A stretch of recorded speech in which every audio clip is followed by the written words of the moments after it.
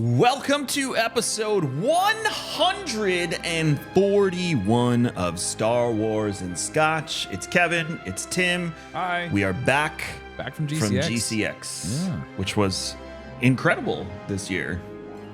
Surprising. We are all surprised. Very surprised. Everyone. Man, the internet was surprised. I guess we'll do it again. I guess so. Do it again. The amount of people are like, hey, where are the tickets at for next year? It was so good.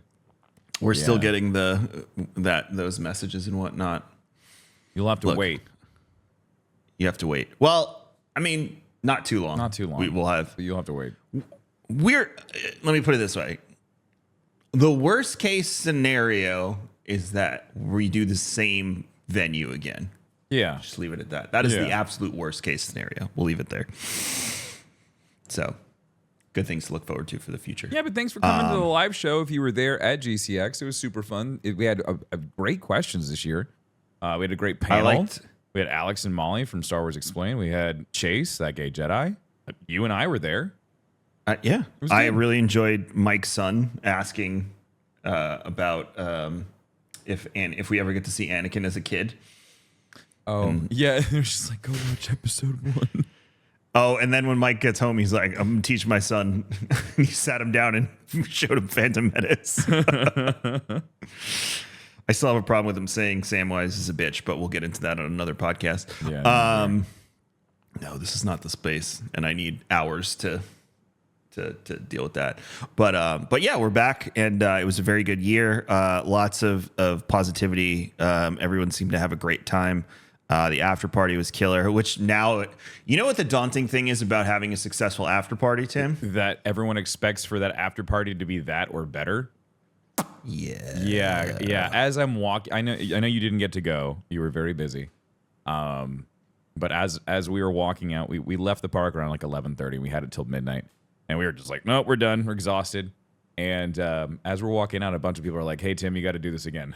Like, oh no. So Universal wants us back. Their social media person apparently almost had an aneurysm with what was happening, like very suddenly.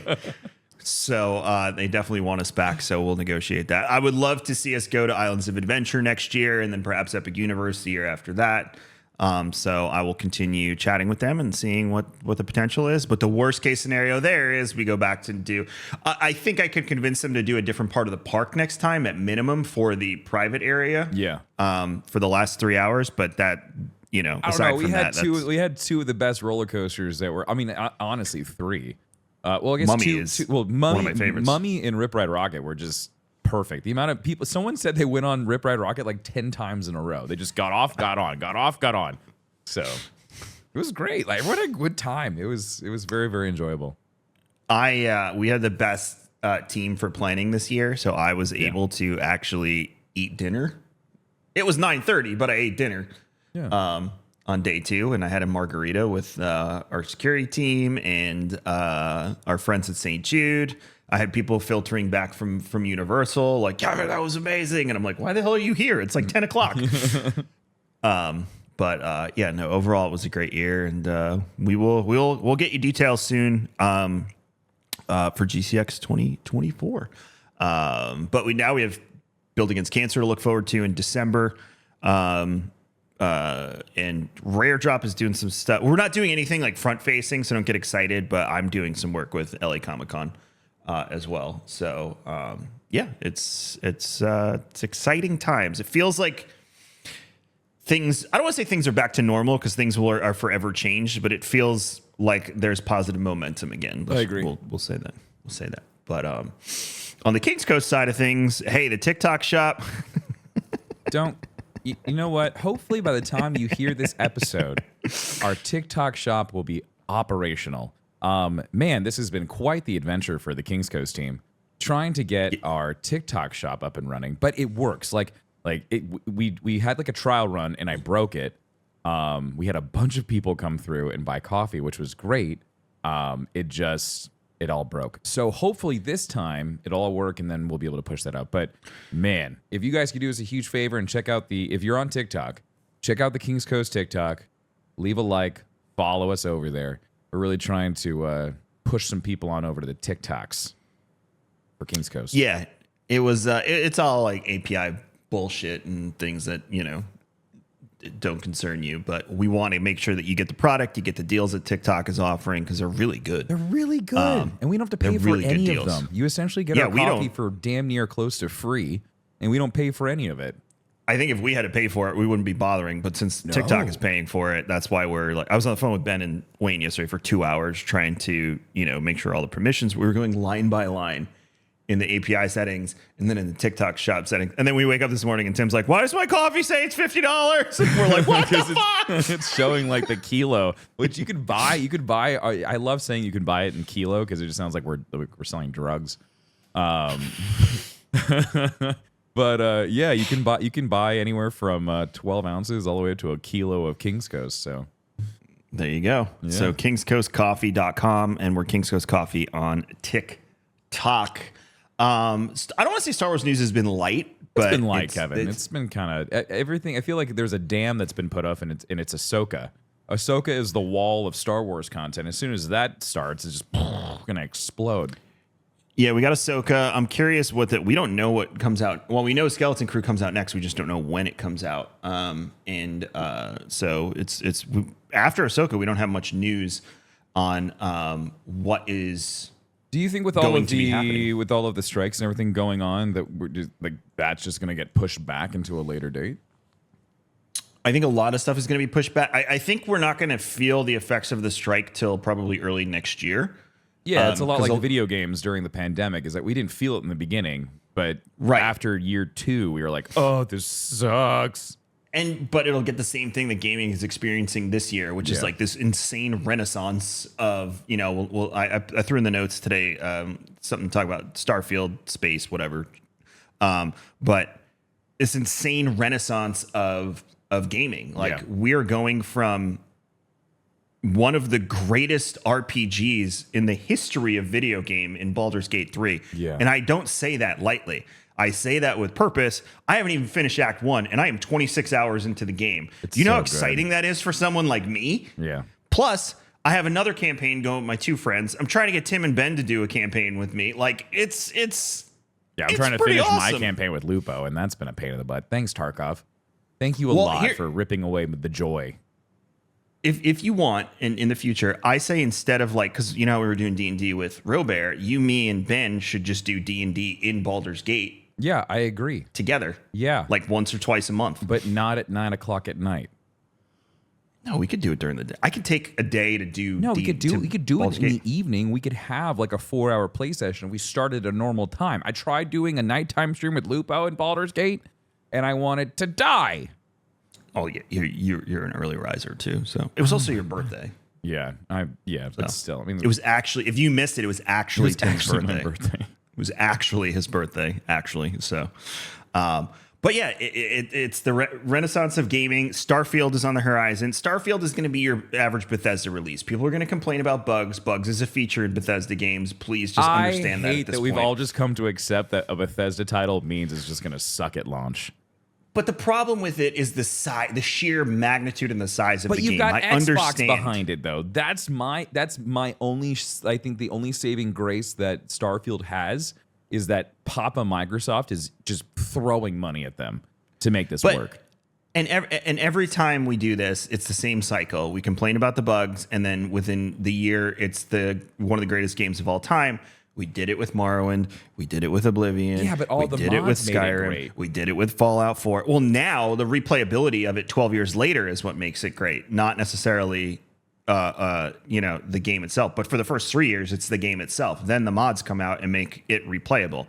How many streamers on Twitch and YouTube and Kick play Skyrim with mods? Yeah, all the time.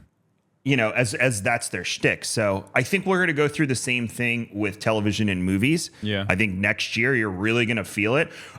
In this weird ass way, Tim, I'm super excited because I have a laundry list of shows I need to catch up on and watch. Yeah. So I'm almost excited for a drought because I can go and get into my backlog and really bang it out. Like Danielle and I have committed that we spread ourselves too thin when we're watching stuff. So we put Marvel on pause. We put I have season 2 of Carnival Row I have to watch. Season 2 I of just found Shadow out that and Bone. season 2 came out. I didn't even know it released. And it's the last season. They're only doing 2 seasons. Carnival Row is so good. So good. But Danielle and I are committing to one show at a time. So right now we're on almost at season 4 of What We Do in the Shadows. Which, by the way, I know you watched the episode at the King's Coast Retreat. You really need to get it. That is so up your alley. Yeah, I know. There's so many other shows that I need to finish. I started watching Always Sunny again to get caught up. And I keep on ending up in the post-COVID PPP loan episode. And they keep on trying to explain all of the shitty businesses that they started with their PPP loans. And how they're just like, I started a business, I don't need to pay it back. So like that's the episode I keep coming back to be like, okay, this is where I need to start up again. So yeah. Yeah. And you go from there. This season was good. The last episode is one of the it's how do I describe it? It's very not sunny, but also is at the same time. So when you get there, we'll have a conversation about that. But yeah, I think we're going to see that. I think we also have to take into consideration what Bobby I said, and the fact that they are going to take a pullback on Star Wars and Marvel. We talked about this at GCX during the live episode, but I'm kind of sad that they're going to do that with Star Wars because I feel like Star Wars hit its groove and Star Wars was actually in a good place. Marvel was the one with the problem. Yeah, Marvel was running into like a Ubisoft issue. Everything felt very cookie cutter with them as of late. And the only thing I would say is start a new Star Wars saga in the movies, but detach it from everything we know right now. Like, you want to do High Republic? Fine, do High Republic. But we all want Old Republic. And I don't understand what part of them doesn't understand that if they were to do a Revan trilogy, it could boost the franchise and keep yes, the fanboys would be happy. They'll still find things to complain about in a Revan trilogy, but at the end of the day, most of these people are, very loud on social media, and then they sit at home and watch all the movies and the television shows. Oh, sure. Yeah, they're all closet Star Wars freaks.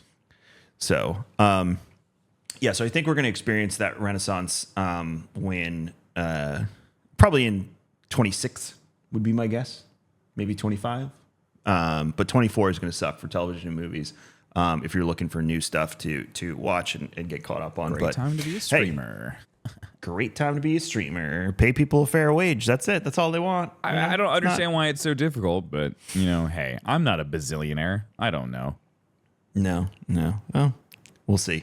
But as far as Ahsoka goes, the rating came out this week. Oh. It's TV-14, which no one is surprised at. It's enough to be violent and enough to, that your kid can still watch with you. Damn, it's they don't get a fuck? TV-14. No, we couldn't even get one in Andor, dude. Wait, isn't PG-13? Don't you get to say one swear? You do, but Star Wars isn't going to do it. If they didn't do it in Andor in that one scene where they really wanted to do it, they're not going to do it. Damn, I really just want just one fuck. And that was the moment to do it. Yeah. That was it. That was your chance. That was it.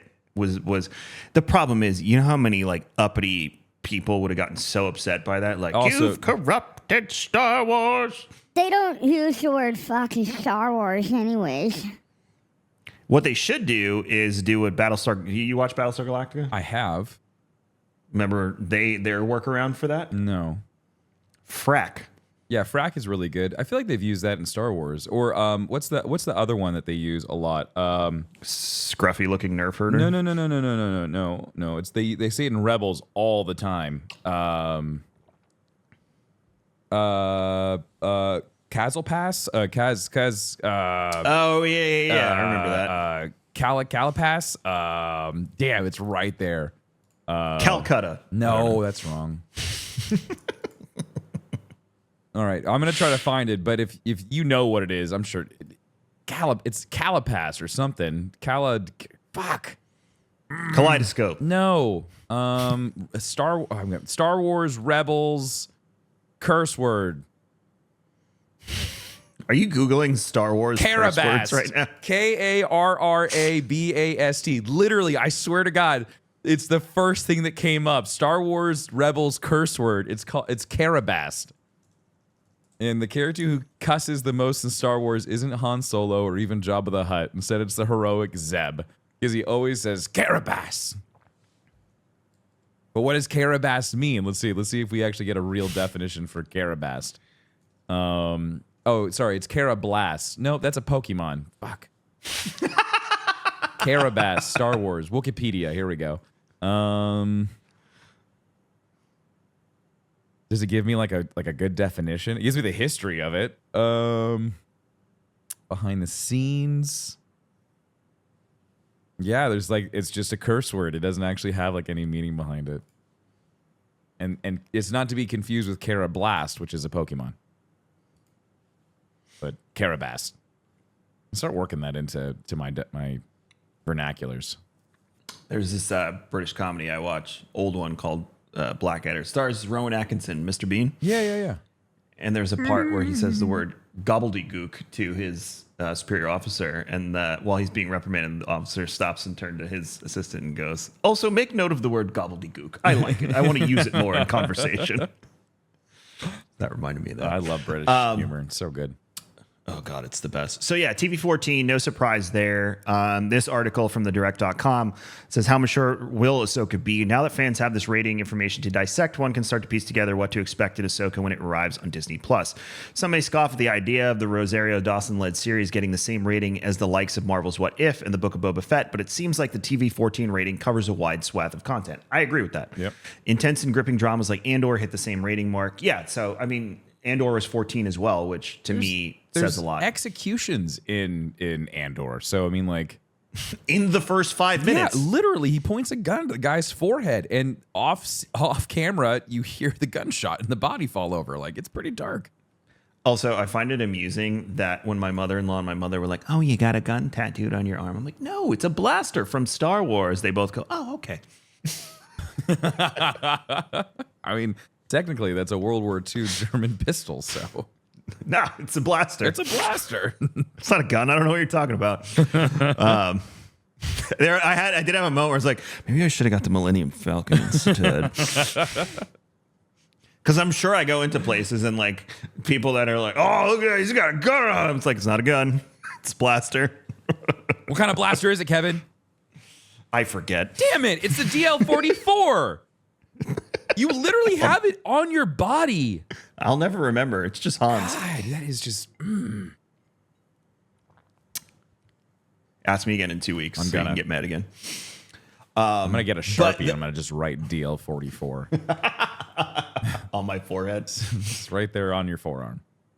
So we did get a very interesting trailer, though, for Ahsoka. Yes. It is voiced over... Well, it starts with Baylan talking about knowing Anakin and everyone like knowing Anakin, but not everyone knowing what Anakin had become. Right.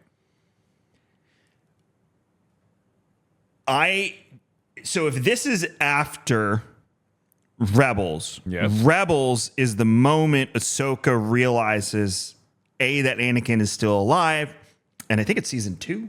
I think it's season 2. And B, that he is now Darth Vader. Yes. So we're after that point. So she knows Correct. the truth. So this isn't some sort of revelation or anything. But the revelation is that Baylan probably knows who she is. Everyone knows who she is. Like even the Inquisitor in the Tales of the Jedi knows. Like Ahsoka Tano. But that's a big deal because if he knows who she is, then he knows that Anakin was her master. And the question is, how does he know who Anakin is or who Vader is? Well, because that is a secret. That is not well known around the galaxy. That is a well kept secret. There's only a few people who know that. Yeah, but I mean, like Thrawn figured it out. So I mean, like Thrawn could have, Thrawn is insanely intelligent, though. Obi-Wan doesn't figure it out till we see the moment in the show that he figures it out. Yoda knows. How does Yoda know? Honestly, because Luke tells him. Or Obi-Wan tells him. I would assume it's probably Obi-Wan tells him. No, I would assume Obi-Wan tells him at the end of episode 3. I think that's the assumption when they make the pact. When they make the pact with Bail Organa, he doesn't find out till his show, though. Yoda? No, Obi-Wan doesn't find out till the Obi-Wan show that Vader and Anakin are the same person. No, you're right. So it would have to be. My assumption would be Force Ghost Obi-Wan. Sorry, I was thinking about the kids. Yeah, Force Ghost Obi-Wan probably at episode 5. So yeah, so it's a well kept secret around the galaxy. So how would Balin know? Would be my question. Because I don't think he works for the Empire. Wait, but hold on. Isn't Yoda the one who says? Okay, so hold on. That doesn't work out. There's a loophole here. Okay, so go back to the discussion that Obi-Wan and Yoda have when Luke flies off from Dagobah in Episode 5, and Obi-Wan goes, "Well, he was our only hope," and then Yoda says, "No, there is another." So like, how does that work?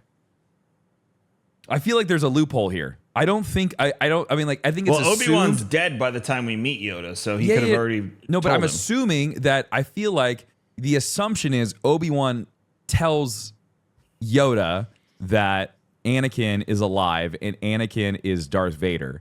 But the way that it was written in Episode 5 back in the day is like you have to make that assumption because it's almost like everything that happened in Episode 3 doesn't actually happen because like Ben doesn't realize that there's a sister. So ScreenRant.com says, because it's the article is Star Wars characters who know Vader's identity. Since the events of Obi-Wan Kenobi may mean Disney needs to now explain how Yoda learned of Anakin's survival before meeting Luke in Episode 5. There's an opening for the two to finally meet on screen because Yoda and Vader never met. Correct. And that's something that the fandom is like, what would happen if Yoda faced Vader? Like, who would win? Like, I actually don't ever want to see that. No, I would like feel like for them to Yoda would clean it kick up. his ass. I feel like Yoda would kick his ass. I mean, I don't know. I mean, he's very frail by the time, by that time. And I don't, but it He's also frail doesn't make throughout any everything. sense. I know. That's And why then he like goes- the fight in Episode 3 is always like, is weird. And even in 2, like, he's like, and then he starts doing force flips and shit. So I think 3 though is more, he met his match. oh And yeah, he's for also, sure. you also have to think in 3, he's at a point where he's doubting himself because he's been fooled for how many years? Yeah, he's definitely on the downslope. Right. So I think he's not 100% when he faces off against Palpatine because, imagine the revelation of learning that the person, especially after watching Clone Wars and his search with the wills. And, Yeah, I mean, and going to I think Morvan. Yoda would definitely beat Vader for sure. But I would think so, too. I would like for them to clean it up because now going and thinking about how the Empire goes with that entire Ben Kenobi and Yoda interaction with Luke. I would really like for them to do something where it's Ben telling Yoda or why did Ben only think that Luke was their savior and then Yoda's like, no, Leia could do this too. But why does Ben not even realize that he has a sister and only Yoda knew this? So I would really like to clean that up. That's gonna bug me. That's really gonna bug me. I mean, the safe assumption is Obi-Wan tells him when he's a Force ghost. So as this trailer progresses, well, going back to the point, Balin, we need to understand how Balin knows because that's very privileged information that Anakin did not want getting out to everybody. Oh yeah, he was very secretive about it. So was the Emperor too. Yeah. They didn't want this hero of the Republic to be seen as this evil. No, because the Emperor knew. Well, no, I think for the Emperor it was more that if people knew, there was a chance he could be turned back, especially by someone like Luke, which ended up happening. But I think for Anakin, it was shame. Yeah, I think. Well, I mean, you see that in Episode 3 a lot. When he becomes Darth Vader, or when he watches Mace Windu getting thrown out the window. There are definitely moments where he's just he's not doing this because he wants to. He's doing it because he wants to save Padme, and he feels like this is the only route that he can take. And so it's he got betrayed. He was played. And then when he finds out Padme's dead, it's I think shame overtakes him more than anything. Well, he had nothing left. He was at that point, there was no reason for him to be Anakin Skywalker anymore. Right. So he just embraces it. But that being said, when moving further into the trailer, we get to explore. Anakin loved 3 people: Padme, Obi-Wan, and Ahsoka. And his mom. We've explored we know what happens with Padme. We've explored what happened with Obi-Wan. And now, according to this trailer, we're going to get some sort of insight into things we've maybe information we've never seen and whatnot. This could be Force Ghost Anakin. It could be flashbacks. It could be a number of things. The most interesting part of the trailer, and I don't think you picked up on this, Tim, is those are not voice lines ripped from the cartoons. That is Hayden Christensen. No, that's what I said. Redoing the lines. Yeah, that's what I said. That's Hayden. That's what I said to you. Oh, I didn't realize you said it was Hayden. I said this is Hayden Christensen doing the lines from Clone Wars. I think these lines are from the Tales of the Jedi, from the Ahsoka episodes when she's in the dojo and they're training. Yes. I think that is what those excerpts are from. And Yes. like the entire trailer is Anakin just constantly like talking, and I thought that was really interesting that they played that in the background. So I really do think that we're gonna get a Force Ghost Anakin. Doing flashbacks is gonna be a little difficult. It's gonna be really heavy CGI, and I think people are gonna pick up on that. So like I also don't see like what's the point of doing flashbacks when we've already explored so much of Anakin and Ahsoka's upbringing, because like they grew up together. As much as he was her master, they were more like brother and sister than they were anything else.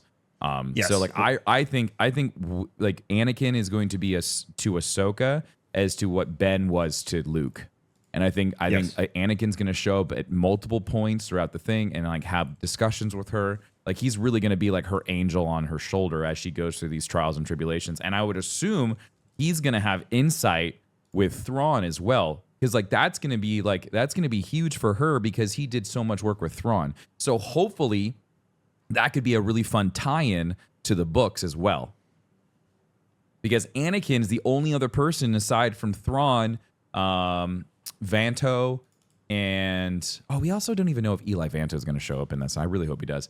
And then also like Admiral Aralani and a couple of the other like Chiss officers. Like there's not very many people who have experienced the Grisk. And so I wonder if I really still, fingers crossed, the Grisks show up at some point, or mention of them show up at some point, because I feel like that's still like your overarching bad guy that can really be a lot more enjoyable than just like these rogue Sith that are running around. So, anywho, that's where I hope this goes. I posted a picture for you in the chat there. For the audio listeners, it is a Reddit picture, and it hurts deeply. We'll be It fine is as from long as we the- stay together. Yeah, the Mortis episode, and I think it's Obi-Wan says we'll be fine as long as we stay together, and then it shows each of them individually with their backs turned. Obi-Wan's sitting on a sand dune. Ahsoka's looking at the 501st, like with their helmets on Yeah, their stakes at the end of graves. Clone Wars, and Vader. So I wanted to bring this up. I'll bring it up now, and then we'll continue with the trailer. So Hunter finished Clone Wars. He was so like on it when it was Ahsoka versus Maul, but he said something so interesting, Tim, and he goes, "But Maul's telling her the truth," and I said, "I know." That's the part that's fun that he that if caught on Ahsoka that. listened to him, that they might have been able to do something, because he even said he said you and me can beat the Emperor Yeah. to her, and she doesn't believe him. And he was like, but they could have won. They could have stopped all this. I said, I know, but Maul's past is the reason that they couldn't. Yeah. And then we got to, and Danielle was like working, but then she turned around because the music, and she's like, is it? Because we watched Revenge of the Sith 2 days before that. He didn't remember seeing it, so he wanted to watch it again. And Order 66 broke his heart. He didn't cry that time, but he was so upset watching the Jedi, like getting mowed down. And he's like, why? Because think about it. If you watch it all back to back, because you and I have never experienced this in the way he did. He just watched all of Clone Wars. He has lived with these clones and the Jedi now for 7 seasons. Also, I waited for the last 4 episodes of Clone Wars to watch it after Revenge of the Sith. So he's just watched it. So all of the clones now turning on the Jedi is breaking his heart because he's been on the journey with them now forever. And then the music's playing. Danielle's like at the back of the couch. He's sitting on me and he's like, Dad, is it about to happen? And I said, just watch. And then the comm comes to execute order 60. And when Rex turns around to her and his eyes change, he grabs my arm and he's like, no, not Rex, anybody but Rex. And I was like, I know. I said, Hunter, this is going to stink for a little while. I'm so sorry. And he's like, no. And then when Rex was like, tried to mutter the thing about fives, like to tell her to look for the file for the thing because he was fighting it. And then when she's deflecting all the blaster bolts, he goes, why, Dad? Why are they doing this? I said, they can't help themselves, Hunter. I know it sucks. And then when she fixes Rex and then they walk into the room, he remembered Tales of the Jedi. He goes, oh, this was the Tales of the Jedi when they walk into the room and he pretends he's still. And I said, yep. Oh, and man, that's crazy that he gets to see all that together. And it's all like in the past 4 months, he's experienced all of this. That's cool. So, but dude, at the end, when she's standing there in front of the helmets, he burst like a dam and he was like, Dad, why? Aww. And he's crying and Danielle's like, oh, sweet boy, I'm so sorry. She's like, why are you making him watch this? I was like, it's part of the journey. It's part of the rite of passage. Star Wars, kid. But he was so upset by the clones. And it's such an interesting thing to me because it's the way you consume Star Wars. Yeah. It sucked to watch it for us, but we didn't get it like so jammed together. Right. Yeah, it's ours was over out. years. Mm-hmm. His was over 4 months. So I can't imagine the emotions that would lead to. He hasn't started Bad Batch yet because he's like, I need a break. I mean, let's be honest, Bad Batch is okay. Well, he wants to watch it all in chronological order. And it's going to start with Order 66 with Kanan right off the get. Yeah. Uh-huh. And I was telling Danielle, I was like, yeah, he's got like 3 or 4 more Order 66 instances to watch and go through. Yeah, welcome to the trauma, kiddo. And I was like, then there's the video game Order 66 moments. She's like, my God. So, yeah, he experienced that. But it's interesting to hear Anakin's voice and to kind of, is he going to be her guide? Yeah. Through this? That's what I think. So you think we're going to get a lot of Hayden? That's what I'm thinking. It makes sense. I think we're gonna see a decent amount of him. I don't think it's gonna be like every episode, but I think he's gonna come in at like pivotal moments to like when she needs him the most. That's the whole thing is like their relationship is really special. Like you really do you think she's mad at him?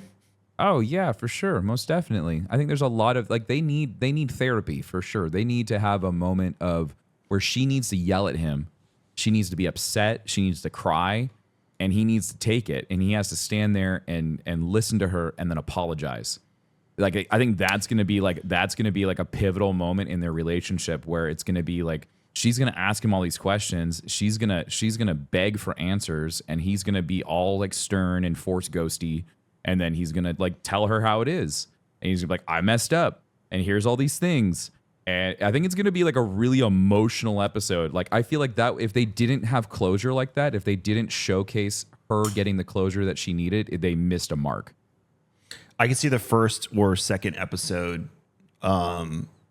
ending with like his Force Ghost. Something, and then, like, yeah. Credits roll. There's going to be a good hook there where it's going to be like, holy shit. But yeah, I think he's going to be her guide. Like he knows what she needs to do. You know, he's gonna be the quest giver. You know, if we like, I mean, like let's be honest. Like all of these shows follow a video game, like format pretty darn well. So this is gonna be a reintroduction to all your characters, and then you're gonna get your quest. And what's the quest gonna be? Like, are we gonna figure out about? Are we gonna go back to Mortis, or is this gonna be focused on more of like the ethereal realm of Star Wars? Is Thrawn really the threat? You know, is like what do Balin and Jen? I think that's her name, yeah. What do they have to do with all of this? What are they hunting for? What is their purpose? There's like Shin. What about Shin? What about Ezra? Where did he go off to? So there's a lot of different routes that we can go down, and I would assume because he's a Force ghost. He's being like he is a part of the Force, so he's gonna have a more of like a Jedi style. Like I feel like it's gonna be like you need to find Ezra, you need to go back to Mortis, I feel like that's gonna be the direction we're gonna go. Because remember, this is he was the chosen one. She was brought back to life by the daughter. This is a great route to go down to really get into like that spiritual realm of Star Wars that we've really been looking for. And Alex pointed out that the Morai is her name, I believe. Morai, the daughter, in the owl form. Yeah, Alex at GCX pointed out that Morai is seen in the trailers too. So which makes sense. We know, she's always there. Yeah. Yep, always. But it'll be interesting. Like, is there some incarnation of the brother? The brother didn't die. He didn't die that we know of. So he's still so the father and the father and the son are still alive. Which is technically the representation of the Force being out of balance. Correct. And the dark side creeping in. Yes, but like, and the daughter is supposed to balance out the son, and the father is supposed to balance out the two of them. Like, it's all balanced between the three, and then yin so and yang. And so now that she is, I guess she's not on Mortis, but she's still a part of us. She's still a part of the living Force. She's with Ahsoka. Right. So does Ahsoka at the very end become that deity? Like, does she become the daughter? Like, there's still so many questions. Like, even at the end of Rebels, like, we leave off with that mural on the wall with Ezra. That's on Lothal. So it's just like, and like, are we gonna go back? I would assume like we do go back to Lothal. We get that chase scene. So we know we're gonna end up going back there to see that cave or like the dig site again. Would not. I don't think it would be silly to think that we wouldn't go back there. So I think that's what the first like episode or two is going to be a lot of reintroduction, because they even have like the critical Ahsoka episodes on Disney as well. Right. So I would assume like that's going to really like tie you all into all of that. I need to sit down and watch that this week, so I actually am up to speed on everything. Yeah. I keep in mind though, when they told us to watch the critical episodes for Obi-Wan, it was trash. And none of them really. No, I just got to watch all of the trauma episodes again. Like, nothing like watching just Satine dead. Like, yeah, God, that's just, man, I love watching like Obi-Wan just fall apart as a human because everything that he loves is gone. That's the only thing that really brought home, is just that Obi-Wan went through so much crap in like the last like 2 seasons of Clone Wars. So yeah. Obi-Wan's trauma is on another level. And then watching back Revenge of the Sith, man, it just, whew, that poor man. I think at this point we just have to see how it all plays out. It'll be very interesting to understand the dynamic between them, because there's got to be hurt, there's got to be anger, there's got to be things that have to be worked through. Yep. My only worry too is though in the what was the book called? We both read it with Luke. Shadows of the Sith. Shadows of the Sith. Yeah, was Anakin's form was only able to speak to Luke for like certain periods of time, if you remember. Yeah, but there was an issue with that where like he like was losing connection with the Force. Like his transmission was going in and out. Didn't Ahsoka cut herself off at one point too? What? No. I think no. There was an issue with like the Force itself. Like all of like the evil shit was like causing problems like with that that transmission. I don't think it has anything to do with the whatever that ritual is where they cut themselves off from the. I want to call it the Jedi, and that's wrong. And then I started thinking of the Mummy, and like that's wrong too. Anyways, whatever that ritual is where they cut themselves off from the Force, I don't think that has anything to do with their with Force ghosts coming back. Because remember, Yoda came and talked to Luke when he was still technically cut off from the Force. Yoda just sat down Yoda next just to him, like. So yeah, I don't think it has anything to do with like, I don't think the person they're talking to doesn't need to have a Force connection in order for them to actually interact with them. They need to, like, the spirit itself needs to be within the. Is it the cosmic Force, the living Force? One of the versions of the Force where they are able to go from the afterlife into the physical realm and if I remember correctly, the living Force is like what Ahsoka has in her. The cosmic Force is what you become part of when you die. Correct, but not everyone gets to stay a part of the living Force. So you can die and still be a part of the living Force if you go through the trials. If like that's how Force ghosts work. So like if you die, like if you just die, you become a part of the cosmic force. Right. Like a normal because person. Qui-Gon, Like when you and I die, like that's it. But Qui-Gon was kind of like stuck in Jedi limbo where he had like gone through some of the training, but he wasn't able to like physically come all the way back. So that's why he was like a little light orb when he was talking to Yoda. But then I guess they really need to fix this because then Obi-Wan gets Force Ghost Qui-Gon at the end of Obi-Wan. So it's like, okay, so did you finish your training while you were dead? I don't know how that works. I feel like you would have to finish it when you were. But are you allowed? Dead. Like, how do you do that? I thought all of the trials have to happen while you're alive in order to then become a part of the living force. But if you die when you're halfway through the trials, do you get like split? I really need to know. Because it's just like I don't think there's been no clarification. The only thing that has ever been talked about, I believe, correct me if I'm wrong, chat, but I believe it's only been talked about through the visual representations that we've gotten in Clone Wars. Because there's a whole episode, there's an entire like that there's like a big chunk of one season where it's all about the cosmic and living force. The Wills talk about it. And I have to go back and now watch that episode because it's going to bug me that I don't know it. Or I can just go to Wikipedia. I'm sure they have that entire like breakdown. But I still don't think we've got, like, just like the Veil of the Force, we haven't gotten a really good understanding of how all of the mechanics work. It's just like kyber crystals. Like for the longest time, like kyber crystals weren't seen as like this sentient thing. They were just rocks that held a bunch of energy that were still tied to the force. But now kyber crystals have completely changed. The colors you don't pick the colors. The color picks you. The kyber crystal picks you. So like there's a lot of things that like now like we're getting a better understanding of that property. But there's still a lot more to Star Wars that we just don't truly know because they haven't really figured it out. And I would assume that has a lot to do with going from expanded universe and all of the outside writing and trying to bring all of that back into canon, but still making sure it lines up with everything. Yep. Well, and I think the living and cosmic force stuff that happened before Disney took over. I think, right? Or was it all canon? Was that episode? I don't know. Anyways, we'll talk about it next time. After I do my research. Yeah, it's hard to see where it was. Well, hold on.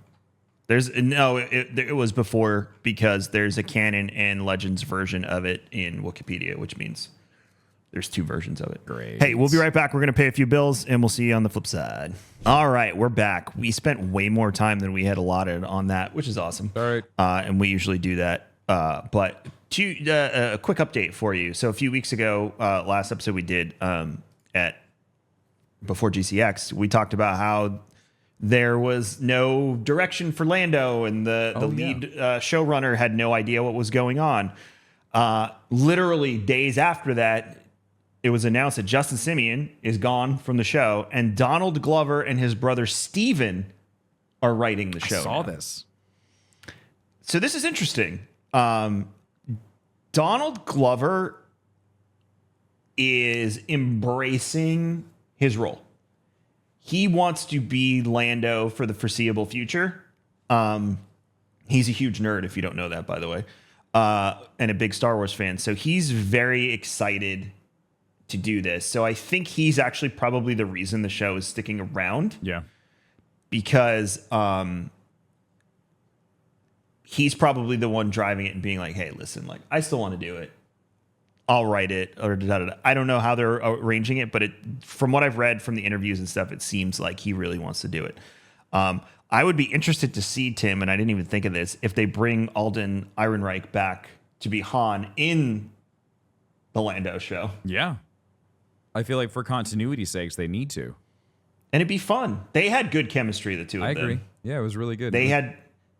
They were very on point with Billy D and Harrison Ford. But wait a second. Here's the only issue that I could see coming up is that they've already done a young Harrison Ford in Indiana Jones. Oh, speaking of Indiana Jones, they are losing $100 million on that. Yeah, it's going to streaming like 2 weeks from now. Yeah, it's crazy. Like I just saw that and one other movie that came out recently. They lost like $100 million respectfully on the movies, which is nuts. Anywho, since we've already seen a young Harrison Ford in Indiana Jones, do you think for continuity they would want to use young Harrison Ford if they were going to introduce a Han Solo back in with the Lando show? Because we have two versions of Han now. Yeah, I think it depends on Han's role. If it's a quick little scene, then yeah, use young Harrison Ford face rig that you created. If it's going to be a character, then it should be Alden, because they already have the chemistry between the two of them, and he's already played him. Like, we've already crossed that bridge. It's not like we're walking into uncharted territory. He's young Han, just like he's young Lando. So from a continuity standpoint, I'm gonna level with you, and some Star Wars fans will get mad at me for this. I don't really care. Yeah, I don't either. I would rather have a young actor play the younger role and get a more robust version of the character than caring about, look at Game of Thrones. When we got Dario Naharis, was a completely different person with a different hair color, a different everything, from, I think it was season 4 and 5. I can't remember which 2 seasons it was. He had long blonde hair and, was kind of an ass. And then all of a sudden he's got short brown hair. In the books, he's got blue hair. So it's like, whatever. At some point you have to suspend, understand that the franchise is 40 something years old, and, for it to move forward in live action, we need to make some concessions. So I don't really care. You probably will have something to say about it and will tweet at me, and I'll just, whatever, but I don't care. I would rather have a dynamic between the two of them that we experienced in Solo be in a television show than like spend obnoxious amounts of money to create a younger Han for 30 seconds. That's my 2 cents. Agreed. So fair. I don't know. But yeah, so we'll see what happens with that. I think it's interesting that he's coming to the table and basically being like, I'm going to write it. We're going to push. Cool, I think so too. We're going to push. Well, no, we can't because Ahsoka's next week. Ha ha! We'll have things to talk about again. But I want to read this to you. This popped up in my feed last night on Screen Rant. The article is Star Wars Theory reveals Palpatine's original plan for the Inquisitors. This is a theory. This is not canon. A new Star Wars theory suggests Palpatine had an alternate plan for his Inquisitors, originally designing for someone else to serve as his Grand Inquisitor. New insights into Palpatine's recruitment tactics have recently been revealed in the official canon, confirming that Palpatine was able to corrupt and seduce disenfranchised Jedi well before the end of the Clone Wars and the rise of his empire. Interesting. Oh. As such, one Dark Jedi in particular may have been first selected by Palpatine for a leading role in the sinister Inquisitorius. Serving directly under the command of Darth Vader, the Inquisitors were a band of dark side agents tasked with blah, blah, blah, blah, blah. We're going to skip that. Led by the Grand Inquisitor, it's possible that the Grand Inquisitor was meant to be another Jedi entirely. As confirmed by the new novel, Rise of the Red Blade, so this does have a few spoilers, and I will be reading it. I have 2 hours left in Path of Vengeance. I do not like that book. Palpatine had a network of undercover agents positioned as workers throughout the Jedi Temple before Revenge of the Sith. Oh, nice. This allowed Palpatine to learn of any Jedi who were discontent with the Jedi Council or were struggling with the dark side. Preying upon their weaknesses and manipulating their fears, Palpatine eventually seduced many into swearing their allegiance with promises of power and knowledge. Ooh. For these particular corrupted Jedi, Order 66 was not a day of horror, but one of perceived freedom as they became Imperial Inquisitors. However, there's also evidence in the Star Wars canon that the Sith could plant dark dreams and false visions within the minds of the Jedi. This is something Palpatine could have used to great effect on Jedi he'd targeted as potential recruits for the future Inquisitorius, which I believe that's what he was doing to Anakin, by the way, with the images of her dying and whatnot. Yes. Allowing him to play upon their fears and inner darkness. In the case of many Jedi who were eventually corrupted, Palpatine likely groomed them for years, using methods such as this to prey upon their darkest moments while also offering what the Jedi could not. As confirmed in Star Wars media during the Empire's reign, such as Star Wars Rebels, EA's Jedi video games, and Marvel's Darth Vader comics, Palpatine had at least 13 known Inquisitors under Darth Vader's command. At least. Whoa. This includes the Grand Inquisitor, the Inquisitor's Padawan leader under Vader, featured in Obi-Wan Kenobi, who was ultimately defeated by Jedi survivor Kanan Jarrus in Season 1 finale of Rebels. However, Emperor Palpatine may have had someone else in mind beyond a former Jedi Temple Guard. This is going to be fun. Based on what is known about the rogue Jedi Pong Krell. You remember Pong Krell? Oh, was that the general? Yes, the one who kept killing the clones. Yeah. He kept on sending him into like just terrible situations. Yes. Yep. Who was featured during the Clone Wars Season 4, it stands to reason that he could have been a prime candidate as Palpatine's original Grand Inquisitor. Yeah. Having received a vision in the Force of both Jedi Order and Republic falling to a new order, he talks about that in the show. Yep. Krell sought to join and rule as part of the future regime. Having secretly fallen to the dark side, Krell attempted to sabotage the Republic's campaign on Umbara. By tricking his clone forces into killing each other, Krell hoped that it would grant him an apprenticeship under Count Dooku himself, Right. which is in the show. Yeah. However, Captain Rex and his... Yeah, we know what happens. Had he not been so ambitious, perhaps he would have come into contact with Palpatine, the secret Sith Lord being the one responsible for Krell's visions as the first step of his potential recruitment as the original Grand Inquisitor. It's possible Palpatine was originally grooming Krell to be his future Grand Inquisitor, a Jedi Master rather than a Temple Guard. However, Krell fell too far, too fast, and died as seen in Clone Wars, which is very Palpatine. If you ain't working within his system in the time frame that he has allotted... See ya. Yep. While conjecture, it's certainly, even when we were watching Revenge of the Sith, Hunter was like, why did he send Anakin to kill all the Trade Federation leaders? I was like, he was done with them. They served their purpose. Yep. They no longer served his purpose. He's like, he's evil. I was like, uh-huh. He likes to run lean. He trims all the fat off. And he plays every angle that he can possibly play because he's 3 steps ahead of you. Furthermore, Krell would have looked massively intimidating as a Grand Inquisitor, agreed, wielding double-bladed red lightsabers in Star Wars It would have Galaxy. been wild because he has 4 arms too. Yep. It's So terrifying.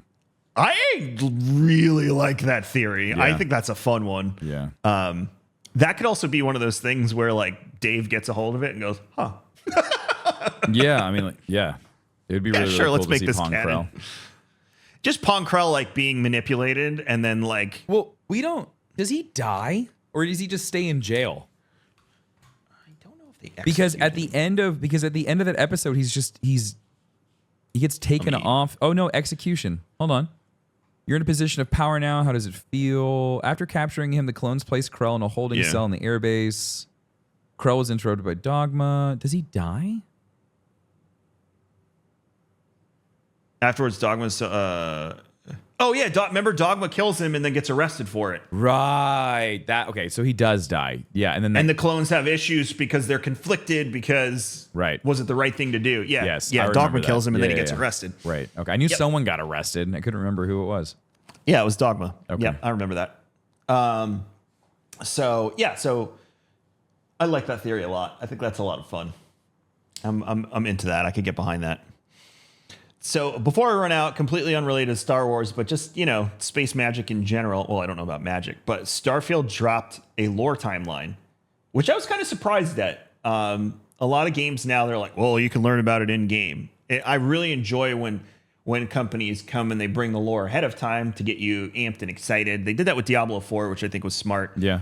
But I'm here at Baldur's Gate. I never played Baldur's Gate 1 and 2. Same. So I'm watching YouTube videos like, and there's characters that show up apparently that we're supposed to be excited about seeing again. And I'm like, I have no idea who these people are.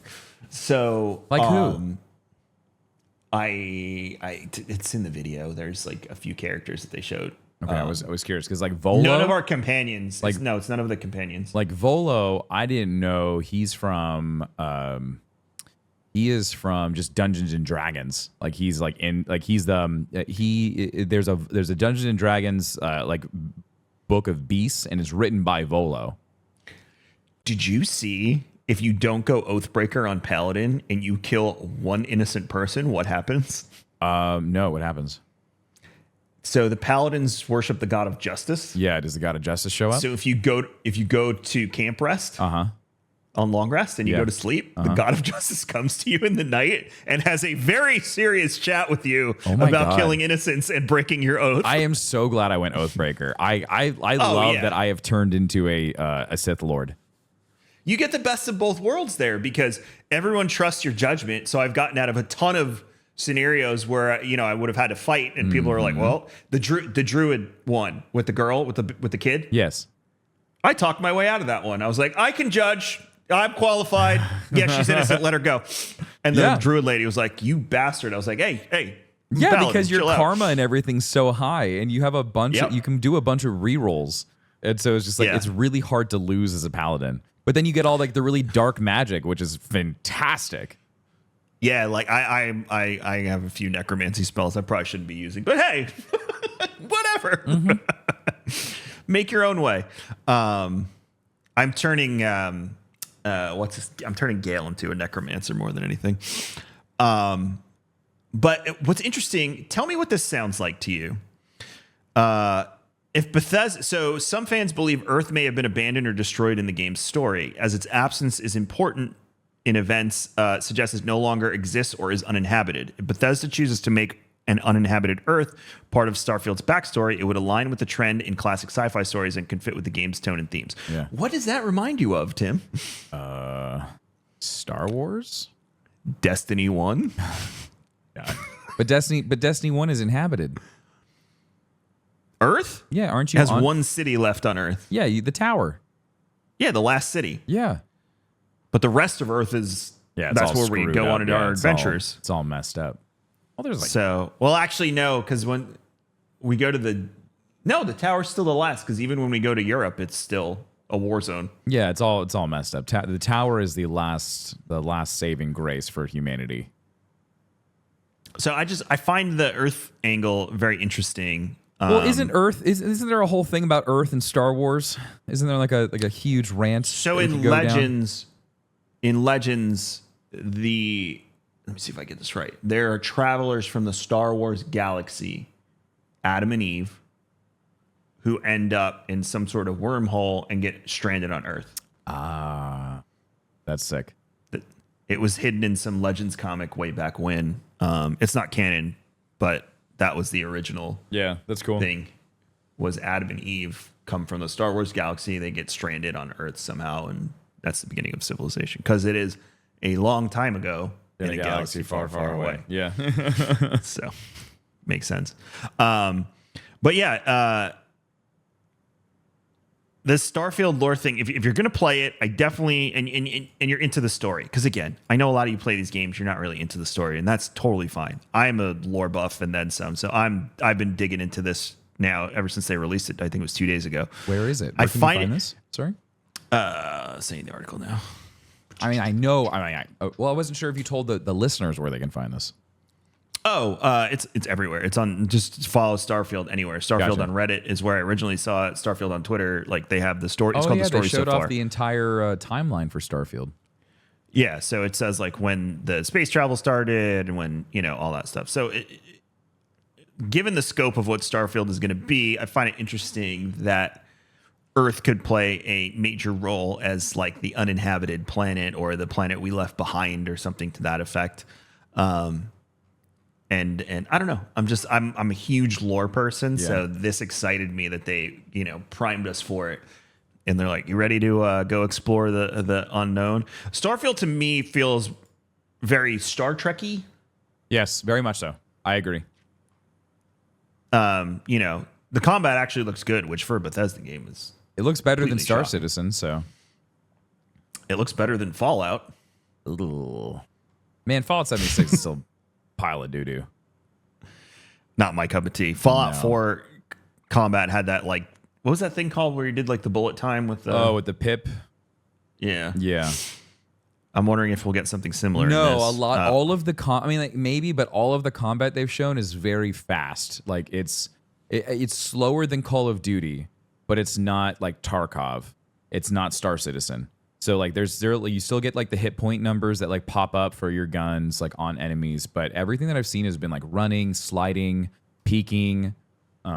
It looks really good. Like the reload animations look good. The fire, like the actual like gunfire looks like it all looks awesome. I just hope it feels good. Yeah. But okay. I think it'll be fun. It'll be a good time. And you're gonna main that for weeks, right? Oh yeah, dude. Well, so here's the stressful part: is that still need to finish Baldur's Gate. Armored Core 6 drops next week. Yeah, I think I think Baldur's Gate is just going to be this continuous like thing that gets sprinkled as like for a year or so. That's why I'm saying if Lupo abandons you, I don't think he's abandoned. I'm just waiting for him to fall down this deep, dark tunnel of depression with Tarkov, and we'll get there. Don't worry. I would like to play with you and Ben. We just need to figure out a time. But then also you got Armored Core 6 that drops next Friday, which is just gonna be wild because then it's a mad dash to Starfield on the 6th. So you've got like a week to play Armored Core, and then go right into Starfield. And then Starfield all the way through until, I guess, Call of Duty drops, which is, they haven't announced yet. That's kind of like, that's what I see from my schedule for the next bit. It's going to be Starfield all the way through September and probably into October, and then Call of Duty stuff. Call of Duty, they're dropping DMZ, by the way, from what the rumors are. That is very surprising because that is probably one of their most successful game modes, in my opinion. Yeah, apparently they're bringing zombies back and dropping DMZ. That's going to piss off so many people who want an extraction shooter. One of them. People want an extraction shooter and they don't want to sweat it out like Tarkov and dump hours and hours and hours. They want a casual experience. I have a beautiful setup here. I'm very happy with my gaming setup. I'm able to pull up other stuff, watch stuff while I play. I do not want a spreadsheet to match up what ammo rounds I need to be using with what guns. Yeah, people don't want I would rather just play DMZ. Mm-hmm. So that's my 2 cents on that. The game I am most excited for, but probably 2 years away, is Last Ronin. I am really excited for Last Ronin. Yeah, I think that'll be really good because it's this point of view of, it's from the comic book. It's about Raph. And he's we don't know which. They have said that it's not going to follow the comic book in that way, and that we will learn who the one surviving. Okay, so turtle there's one surviving turtle. I'm going to go ahead and say it's probably Raphael because he's the edgy dark one, and I feel like that would really work. It's Mikey in the comics because they took his happy, jovial self and turned him into I could have sworn it was Raphael, and he was all pissed off and he was killing everybody. No, because Raph is the first one to die in the comic. And Mikey watches Shredder's daughter slits his throat in front of him. I just watched a TikTok on it this morning. God! Well, yeah, and Mikey's like traumatized from it. Oh, I thought it was Raph that was the one that got traumatized. Because Shredder's son is the villain. Oh, I want to read this comic book. Because I actually have it somewhere. I got to find it. Shredder's son is the villain. In Shredder's daughter, Raph and her essentially kill each other. Oh, and she slits his throat while he puts the side through her heart. Ooh. Yeah, so it's Mike, because they do that to bring the juxtaposition into place. So you're like, the Cowabunga dude is the depressed, like, I'm going to murder all of you for what you did to my brothers. You killed my brother, bro. And Splinter, they kill Splinter too. Yeah, so everyone's dead. So but I think the taking a dark angle on a really fun, jovial, like Teenage Mutant Ninja Turtle setting, and then throwing it into God of War mechanics, like, oh my God, you have an amazing game. They need to do that more with IPs from our childhood. Because do you remember the fan film that they made for Power Rangers? Yes. That was like 10 minutes long, and it was super dark and disturbing. The internet went crazy for that. So, I mean, I know some of these companies won't give up the rights because they want to protect the continuity and the purity of the IP in case they want to bring it back for future generations. But watch, this is going to be one of the best games of all time, I guarantee. My problem is with all of this and leaning into nostalgia, and I think it's great. It makes sense. Like the people who have the money are the ones that are going to want to like relive their childhood and like all that stuff. We see this time and time again. But my issue with nostalgia is that it dampens innovation. And like we're getting a lot of rehashed stories that we've seen time and time again. And like I feel like outside of like some of the newer games that we're getting, like let's use Starfield for example, a lot of these games have just been rehashes of like our childhood. I don't know, Kevin, like how do you feel about that? Some things I am okay with, others I'm like, no, like come up. And it's more on the movie TV side where I'm like, get an original idea and do that. On the gaming side, I'm happy to take IPs like Turtles, make them, well, they're not make them dark, but take the dark version of it, and I get to be that. I get to experience that. I get to play that. So I think it's a different dynamic on a game. On a television show and a movie, I'm like, get an original thought. Like you've beat and then the problem is when they take our IPs, I'm going to use Witcher. Yeah. They bastardize them and ruin them. And then the people that care about it, they oust them from the show. And then the freaking showrunner's like, oh, it's this younger generation. It's no, you ruined the story we all wanted to see, pissed off the one person that cared about it, and now he's gone. They're not going to get the season 4. Warhammer show. Did you see that they've reformed, and we're going to get out of here because you got to stream. Did you see they reformed Warhammer into, instead of Warhammer Fantasy or Warhammer Classic, it's called Warhammer The Old World? No. And they're going to bring it back with a different rule set because apparently the reason that 40K got more popular was because it's easier to play, if you can believe that, than Warhammer Fantasy. I mean, I would believe it. So they're redoing the rule set to make it more palatable because they want people like me who are more into the fantasy side, not the sci-fi side, to be able to play. I like Age of Sigmar. That's where you're a freaking god. So I'm into that. Cool. Well, Tim's got a stream, so we're going to get out of here. But if you want to watch Tim stream, you can go to youtube.com. Is it / or at? Just youtube.com/darkness429. There you go. Go there. He's just absolutely slaying it out there on YouTube, and you can watch him play Tarka. But Starfield in 2 weeks. Oh, man, dude. I just want to play Warhammer. Yeah. I know. I mean, again, if you want to and you want to teach me, I'm more than happy to fire up VTT with you and do some Warhammer. And I'm Kevin Exhibition on Twitter, KMagic101 everywhere else. But we're Star Wars and Scotch collectively. Rate, review, subscribe. It helps us out immensely. Leave us comments. We love engaging in conversation. Just don't be an ass. We're more than happy to chat with you and have fun, disagreements and whatnot. Ahsoka starts next week, so we're back in it, getting up and watching television at 5 a.m. so we can produce this episode. Lots of. When does it drop? Is it next Wednesday? I believe it is the 23rd. Yes, the 23rd. It's a double feature too. So. Oof. Yep, it's going to be a day. Thankfully, I'm doing this from home now, so it buys me a half an hour every day, so that's nice. But yeah, we'll see you next week for episode 1 of Ahsoka. And until then, Tim. May the Force be with you. Always.